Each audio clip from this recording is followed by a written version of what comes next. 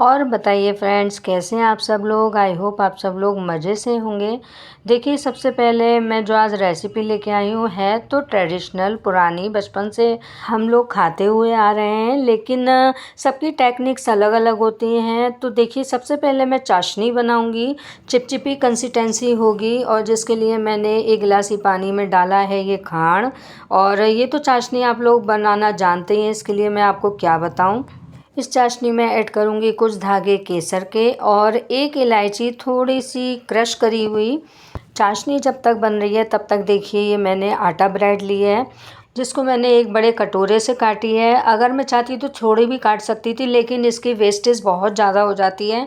तो ये जो मैं कटोरे से काटी है, ये अधिकतर मैं घर में अपने लोगों के लिए ऐसे ही बनाती हूँ। और इसकी टेक्निक गेस्ट के लिए अलग है, वो मैं आपको बाद में बताऊँगी। और इस पर लगाऊंगी मैं मिक्स, जो कि मैंने काजू और खोआ और सीड्स वगैरह और ब्रेड क्रम्स मिलाकर बनाया था। उसका लिंक मैं इस वीडियो के लास्ट में शेयर करूंगी कि ये मैंने मिक्स कैसे बनाया था। और देखिए, इस तरह से ये मिक्स पूरी ब्रेड पर मैं लगा लूँगी। और थोड़ा कैमरे का प्रॉब्लम हो गया है, मुझे बाद में ही पता चला, क्योंकि जैसे ही मैं पार्लर से फ्री होती हूँ आपके लिए जैसे देखती हूँ कि टाइम है, तो मैं ये वीडियो वगैरह या रेसिपी वगैरह शेयर कर देती हूँ। और इस तरह से मैंने पीस पूरा कवर किया इस खोए के मिश्रण से। और इसके बाद देखिए, मैंने दूसरी ब्रेड का जो पीस था मैंने ऊपर से पूरा प्रेस किया। और देखिए, इसमें नीचे का ब्रेड लगाए हैं तो कोई प्रॉब्लम नहीं है, आप उसको यूज़ कर सकते हैं। और देखिए, मैंने मैदा की बनाई थी गाढ़ा सा घोल, थोड़ा सा पानी डालकर। देखिए, गाढ़ा है, ज़्यादा गाढ़ा है, बहुत पतला नहीं है ये। और देखिए, ये ब्रेड का जो हमने पीस बनाया था, इसके चारों तरफ जितना पार्ट खुला है उस पार्ट को हम कवर करेंगे इसके मैदा के घोल्स की लेयर से। और इस तरह से देखिए, पूरा पतला पतला हमने इसको, जितना खुला हुआ पार्ट है उसको कवर करेंगे। और इधर देखिए, मैंने घी गरम करने रखा था, क्योंकि ये रेसिपी देसी घी में ही अच्छी लगती है।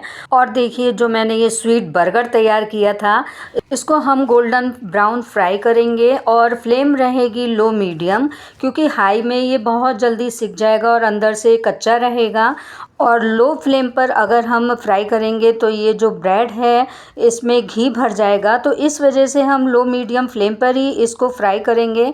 और देखिए, इस तरह से मैंने बहुत सावधानी से इसको दूसरी साइड से पलटा है। और इसी तरह से हम हिला हिला कर इसको फ्राई करेंगे। और इसके किनारों पे जो हमने मैदा का घोल लगाया था उसको 2 चम्मच की सहायता से देखिए, इस तरह से हम खड़ा कर कर के इस तरह से फ्राई करेंगे। और देखिए, ये गोल्डन ब्राउन हो गया है। इस स्टेज पे हम इसको घी से निकाल लेंगे और जो हमने चिपचिपी चाशनी बनाई थी उसमें डिप करेंगे। और इस तरह से अलट पलट कर इसको अच्छी तरह से चाशनी सोखने देंगे, लेकिन बहुत ज़्यादा देर तक नहीं भिगानी है, क्योंकि चाशनी की वजह से ब्रेड बहुत ज़्यादा सॉफ्ट हो जाएगी। तो इसको हम निकाल लेंगे और इस तरह से किनारे पर थोड़ी देर ऐसे ही रखेंगे, जिससे जितनी चाशनी एक्स्ट्रा है वो निकल जाए। और इस तरह से देखिए, मैंने प्लेट में निकाल लिया है इसको। और इसके बाद क्या है कि अगर आप रबड़ी, बहुत ज़्यादा अगर आप मीठा खाते हैं तो आप रबड़ी बना लीजिए, थोड़ी गाढ़ी सी। और क्योंकि अंदर जो मैंने मिक्स डाला है उसमें भी थोड़ा मीठा है और ये चाशनी में भी डूबा हुआ है, तो बहुत ज़्यादा मीठा हो जाएगा। इसके बाद ताज़ी मलाई लेकर हम इस तरह से डालेंगे इसके ऊपर।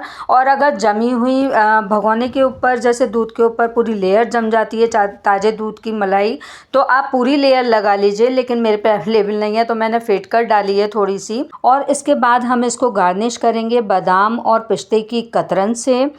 और देखिए, इस तरह से तैयार हो गया स्वीट बर्गर। और इसको सर्विस के टाइम पे हम 4 पार्ट्स में डिवाइड करेंगे। देखिए, कुछ इस तरीके से। और ये मैं 2 पर्सन हैं हम लोग, तो हम लोग ऐसे ही बना लेते हैं। और आप अगर इस तरह से देना चाहें गेस्ट को तो इस तरह से दे सकते हैं। और क्योंकि स्वीट डिश हर कोई बहुत ज़्यादा नहीं खाना चाहता, और जो मैं गेस्ट को देती हूँ उसकी टेक्निक अलग है, वो मैं आपके सामने शेयर करती हूँ। तो देखिए, ये मैंने ब्रेड 2 पार्ट में छोटे ग्लास से मैंने इसको कट किया है, क्योंकि इसको आप 4 पार्ट में दें उससे अच्छा है कि आप सिंगल पार्ट में भी दे सकते हैं।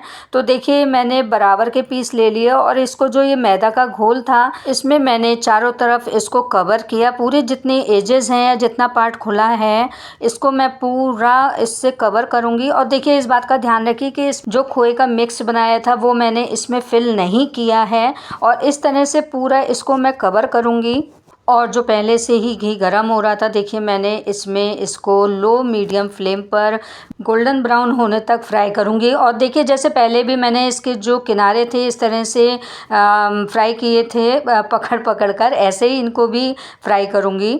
और इस स्टेज पे देखिए हम इसको उतार कर चाशनी में डाल लेंगे। और जैसे कि मैंने पहले बताया था कि बहुत देर चाशनी में नहीं रखना है, क्योंकि बहुत देर चाशनी में रखकर ये सॉफ्ट हो जाती है ब्रेड, और ख़ासकर आटा ब्रेड। तो इसको ध्यान में रखते हुए बस अलट पलट कर हम 2 बार अलट पलटेंगे और इसके बाद इसको हम निकाल लेंगे। और एक प्लेट में निकालने के बाद नाइफ़ की हेल्प से देखिए इसको मैं थोड़ा सा खोलूँगी। और देखिए शायद मुझे ये लग रहा है कि नाइफ़ से ये प्रॉपर नहीं खुलेगा, क्योंकि मैदा का जो पार्ट होता है वो थोड़ा टाइट हो जाता है और चाशनी में डालकर ये जो ब्रेड का पार्ट होता है ये थोड़ा सॉफ्ट हो जाता है। तो थोड़ा सा हमें सावधानी से ही इसको आधे पार्ट में खोलना होता है। तब देखिए मैंने थोड़ा सा शार्प नाइफ़ लिया है और इसकी हेल्प से थोड़ा सा मैं आधा पार्ट इसका खोलूँगी, और लेकिन सावधानी से, नहीं तो ब्रेड टूट जाएगी क्योंकि सॉफ्ट हो जाती है ये। और देखिए इसके बाद जो मैंने ये मिक्स बना रखा था इसको मैं अंदर फिल करूँगी, क्योंकि पूरे अंदर तक फिल करना है। तो थोड़ा सा सावधानी से ऊपर की ब्रेड आप का पार्ट जो है आप पकड़ कर रखिएगा, क्योंकि थोड़ा सा भी पार्ट इसको, बहुत हल्का पार्ट हमारा जुड़ा हुआ है। और देखिए चीज़ वही होती है थोड़ा, लेकिन अलग तरीके से आप गेस्ट के आगे रखें तो उसे थोड़ा सा एक क्यूरियोसिटी होती है कि ये किस टाइप से बनी है, कि क्या है। और देखिए जितना एक्स्ट्रा चाशनी थी वो निकल गई है। और इसके बाद मैंने स्टफ़ करने के बाद इसको ड्राई फ्रूट से गार्निश किया। और देखिए जो पहले मैंने स्वीट बर्गर बनाया था तो उसमें मैंने फेंट कर थोड़ी सी मलाई डाली थी, लेकिन इसमें फेंट कर नहीं डालनी है और इसकी पूरी लेयर हमें इस पर बिछानी है, जो पार्ट जो दूसरा रह गया था ऊपर का। और देखिए कितना सॉफ्ट है। थोड़ा मैदा का जो पार्ट था ना कॉर्नर वाला थोड़ा सा लग हो गया, तो हमें इसमें मिक्स करके देखिए पूरी लेयर हमें लगानी है इसकी मलाई की दूसरे पार्ट पर, जो खुला हुआ पार्ट है इसका। और इसके बाद जो ड्राई फ्रूट्स हमने बारीक कट किए हुए थे इससे गार्निश करेंगे जो मलाई का पार्ट था उसको। और ये आपकी मर्ज़ी है कि कौन से आप ड्राई फ्रूट्स इसमें मिक्स करना चाहें। और मैंने सिर्फ बादाम और पिस्ता ही इसमें मिक्स किया है। और देखिए ये तैयार हो गया स्वीट हाफ सैंडविच। और इसको हाफ सैंडविच ही कहेंगे, जैसे हाफ फ्राई ऑमलेट होता है इसी तरह से ये हाफ फ्राई सैंडविच हो गया। और देखिए थोड़ा सा ये प्रॉब्लम है मेरे कैमरे में, तो वो अब जब तक मैं सही नहीं करा लूँ तब तक ये प्रॉब्लम रहेगा ही।